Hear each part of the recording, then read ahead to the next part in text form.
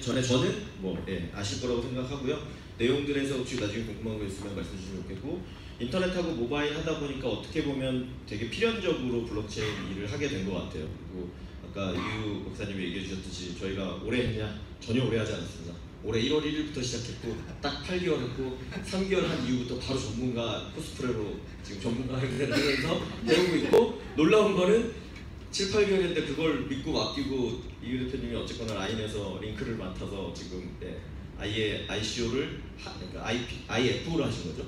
하시게 된 케이스까지 된 거니까요. 그리고 저희도 이제 그런 걸 준비해서 앞두고 있고, 사실 기술적인 발전은 굉장히 많았지만 비즈니스적인 발전은 생각보다 압축돼서 진행되고 있다고 보시는 게 맞을 것 같고, 여기서 혹시 진짜 관심이 있다면 아직도 늦지 않았다. 빨리 투신하시면 할 수 있는 영역들은 굉장히 많이 있다고 보시면 좋을 것 같습니다. 그래서 저는 여기서 제가 20년간 모았던 모든 사돈의 팔촌의 모든 지인들을 동원하여 제가 이 사업을 하고 있다. 진정성을 가지고 그렇게 말씀드릴 수 있을 것 같고요. 제가 하기 전에 크게 세 가지 큰 회사에서 경험한 것들이 있었어요. 네이버가 전 11년 정도 이렇게 제일 오래 일했던 회사였고, 그 다음에 모바일 광고회사 중에 카울리라는 회사를 창업을 했었고, 잠시 게임업계 일을 했던 적이 있습니다. 거기서 인사이트가 있는 말씀을 드리고 싶은 거는, 네이버라는 회사는 결국은 저렇게 나와 있는 키워드들 때문에 잘 됐다고 볼 수 있는데, 저거로 하나를 뽑으라고 하면 지식인을 뽑는 게 맞는 것 같아요. 내부에서 어떤 그 부가가치를 높이는 건 지식인이 한 거고, 근데 실제 그렇게 잘 되는 거는 네이버가 고집스럽게 하고 있었던 건 검색이었거든요. 근데 인터넷을 한 단어로 전 줄이려고 하면 검색인 것 같아요. 하나 더 남는다고 하면 링크인데, 하여튼 링크 커뮤니티나 메일이 아니라 검색이었기 때문에 다음이 아니라 네이버가 이겼던 게 아닌가 싶고요. 그거는 어떻게 보면 운이죠. 그게 어느 게 맞는 건지에 대해서 우리가 알 수 있는 건 아니니까 그런 부분이 있었고, 카울리 하면서는 이렇게 한 장에 10초에 해야 되는데 어떡하지? 카울리 하면서는 제가 딱 느낀 거는, 정확히 그냥 아주 쉽게 말씀드리면 우리나라에서 제일 먼저 모바일 광고 회사를 만든 거거든요. TVN한테 배너 광고를 만든 건데, 미국에 이미 에드모비라는 회사가 있었어요. 그 회사가 저희가 창업할 때 구글에 1조에 팔렸어요. 그래서 저희가 한국을 10분의 1을 보면 1000억짜리 회사는 될 수 있겠다라고 생각을 해서 누구보다 빨리 해야겠다고 해서 2009년 9월에 창업해서 2010년 4월에 서비스를 냈고, 다음 서비스가 2010년 11월에 나왔어요. 다음이 만든 서비스였거든요. 그래서 그 모바일이 초기에 엄청 빨리 돌아가는데 저희는 7개월 동안 저희만 서비스를 하고 있었거든요. 선점효과가 굉장히 컸던 거죠. 그래서 실제 뭘 잘했던 건 별로 없었고 그냥 빨리 했을 뿐이에요. 그래서 저기서 느낀 거는 타이밍과 신속한 실행이 훨씬 중요하구나. 그래서 신속한 실행의 입장에서는 솔직히 말씀드리면 벤치마크 했다가 좀 거의 그 에드모 들어가서 그 페이지 있는 거 그대로 베껴서 똑같이 만들고, 프로덕트 점수로 보면 30점, 40점짜리를 먼저 내놓고 그게 계속 발전할 수 있도록 월 단위로 5점씩 올려가는 거예요. 그렇게 했던 게 주요했고, 지금은 저 회사가 퓨처스트림 네트워크스라는 법인명을 가지고 있는데 상장을 해서 저 회사도 또 ICO를 했죠. 그래서 밸류가 3천억까지 올라갔다가 지금은 이제 1,000몇백억 정도 수준에 있습니다. 저는 아쉽게도 300억대 엑시트를 해서 제가 이 자리에 있는 거죠. 그렇지 않았어요. 더 좋은 자리를 모시고, 네이버에서 제가 주식을 안 팔았으면 이 빌딩을 사서 여러분을 모시는 건데, 늘 말씀드리지만 아쉽게도 주식, 아파트 하나만 샀습니다. 저희 뒤에 계신 저희 어머니가 절대 그래서 팔지 말라 그랬는데 역시 부모님 말씀 들어야 됩니다. 그래서 제가 느낀 거는 모바일, 그러니까 인터넷과 모바일에서의 프로세스를 보면 인프라가 깔리고 게임 서비스가 성공하고 서비스 실제 콘텐츠 서비스들이 나오고 쇼핑이나 커머스가 생기고 광고가 되고, 이 단계를 대부분 다 거치는 것 같아요. 그래서 저는 개인적으로는 블록체인도 비슷하지 않을까라는 생각을 가지고 있어요. 근데 그게 그렇게 맞을지는 잘 모르겠지만, 맨 처음에 주목받는 것들이 인프라예요. 그래서 인터넷 때는 초고속 통신망이 깔리는 게 인프라였다고 봐야 될 것 같고, 데스크탑이나 점점 더 좋은 노트북을 쓰시게 된 게 그렇게 된 거고요.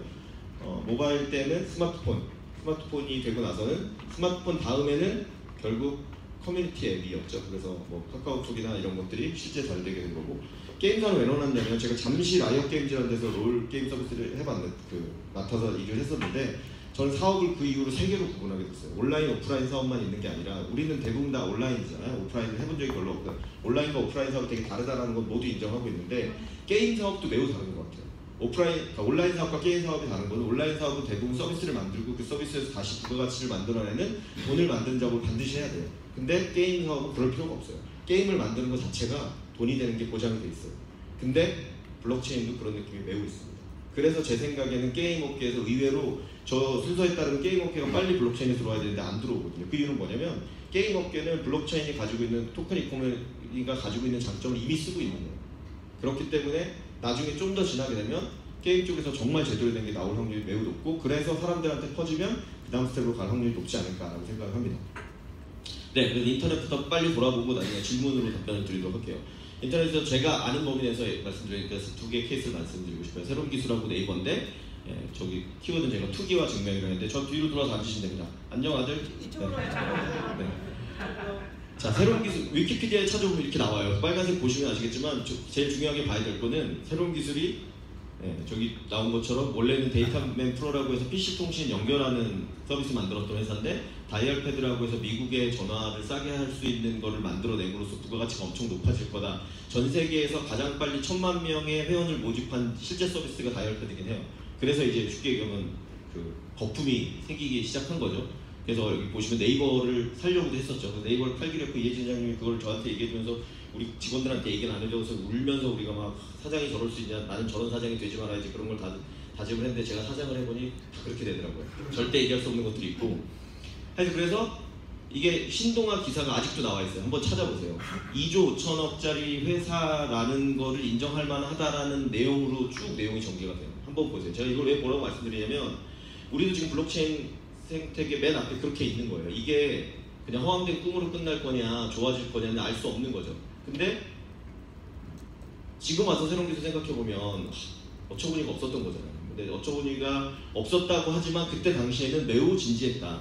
그래서 새로운 기술을 가장 크게 발전시켰던 게 결국 저때 삼성그룹과 제휴를 하게 됨으로써 이제 주가가 좀 떨어지려고 하다 다시 올라가는 계기가 됐었거든요. 그래서 지금 블록체인에서 보면 아시죠? 큰 회사들이랑 뭐 MOU 맺는다 뭐 한다고 하면 그 기사에 막 움직이게 하는 건 똑같은 일이 20년 전에도 똑같이 있었어요. 그때 우리가 새로운 기술을 보고 있었으면 그때 만약에 그게 거품이었다고 판단할 수 있을까? 전 잘 모르겠어요. 네. 그런 요소들이 있는 거예요. 그래서 더욱 놀라운 사실은 이제 빨간 거 친 거만 나중에 이 파일 드릴 거니까 보시면 되는데 새로운 기술이 5조 원 평가를 받을 때 그 전년도 매출이 260억, 영업이익이 12억짜리 회사였어요. 그럼 월 이익이 1억짜리 회사인 거잖아요. 그러면 매출 기준으로 볼 때도 매출 곱하기 몇 배를 해준 건가요? 220배인가? 20배 정도 해준 거죠? 200배를 하는 거군요. 그 다음에 순이익으로 보면 순이익 곱하기 10억씩 벌어서 5조를 만들려면 몇 년을 벌어야 되나요? 1000년, 5000년 벌어야 되나요? 거의 그런 정도 수준이잖아요. 그 정도 밸류를 받았어요. 그래서 예를 들면 요즘 뭐 비트코인이나 블록체인 관련돼서 이 밸류가 적당한가에 대한 적당한 밸류라는 거는 굉장히 다른 얘기다라는 걸 꼭 말씀드리고 싶어서 이걸 가지고 왔고요. 한번 보시면 좋을 것 같고. 그래서 맨 마지막에 결국 그래서 삼성이랑 제휴를 하게 했고, 더 놀라운 사실은 그때도 삼성은 글로벌 기업이었잖아요. 삼성이 저 가격에 새로운 기술 주식을 샀어요. 실제 그런 일이 일어났다는 거죠.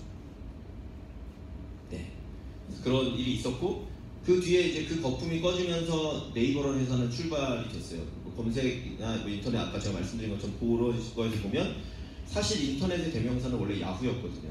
근데 결국 최종 승자는 구글이 됐죠. 그래서 야후는 디렉토리 서비스를 했어요. 내용을 모아서 주는 서비스를 했고 구글은 검색에 집중을 했죠. 검색을 잘했죠. 검색을 만들면서 매우 초기부터 애드워즈랑 애드선스라는 딱 두 가지 광고 서비스를 제공했습니다. 그 광고 서비스가 지금도 구글 전체 매출의 90% 이상을 하고 있어요. 구글은 전 세계에서 광고주를 가장 많이 가지고 있는 회사고 가장 큰 광고 기업이라고 보시는 게 맞아요. 실제로 뭐 자율주행 자동차 이런 건 한 푼도 못 벌고 그냥 다 구글의 미래를 멋지게 보이게 하기 위한 거고 실제 돈 버는 건 애드워즈 애드센스에서만 다 버는 거예요. 애드워즈 애드센스를 통해서 실제 수익을 얼마를 가져가는지 공개도 안 해주죠. 그래서 그 유저들한테 뭐 유튜브나 이런 데 유저들한테 나눠주는 걸 얼마든지 조절할 수 있기 때문에 사실 마음대로 하는 거예요. 그래서 영업이익이 떨어지면 아주 세게 얘기하면 그냥 누구는 더 가져가면 돼요. 그렇게 할 수도 있고. 그러니까 우리가 블록체인으로 하면 뭔가 좋아지지 않을까라는 생각을 또 품게 되기도 하는 거죠. 그래서 그렇게 시작될 네이버라는 회사가 한국에서도 시작됐는데 여기 보시면 아시겠지만 네이버가 한국에서 무슨 메타 검색 엔진이라고 해서 실제 검색 엔진을 제공하는 회사도 있고 검색 엔진에 링크를 모아주는 회사도 있고 이런 회사들이 있었는데 그 10개 중에 7등 정도 했어요. 그럼 제가 이제 말씀드리고 싶은 건 이거죠. 이 시절로 돌아가서 우리가 만약에 투자를 할 수 있는 사람이다라고 하면 인터넷의 많은 영역 중에 검색 엔진이라는 영역을 찾고 그 검색 엔진 중에 10개 중에 7등하고 있는 회사한테 과연 투자를 했겠느냐, 이 관점을 저는 보시는 게 되게 중요할 것 같아요. 지금 와서 보면 네이버 그때 샀어야 되는데 맨날 그 얘기죠. 네이버 그때 샀어야 되는데 내가 팔았다니까. 안에서 검색 광고를 하고 있었는데 제가 팔았어요.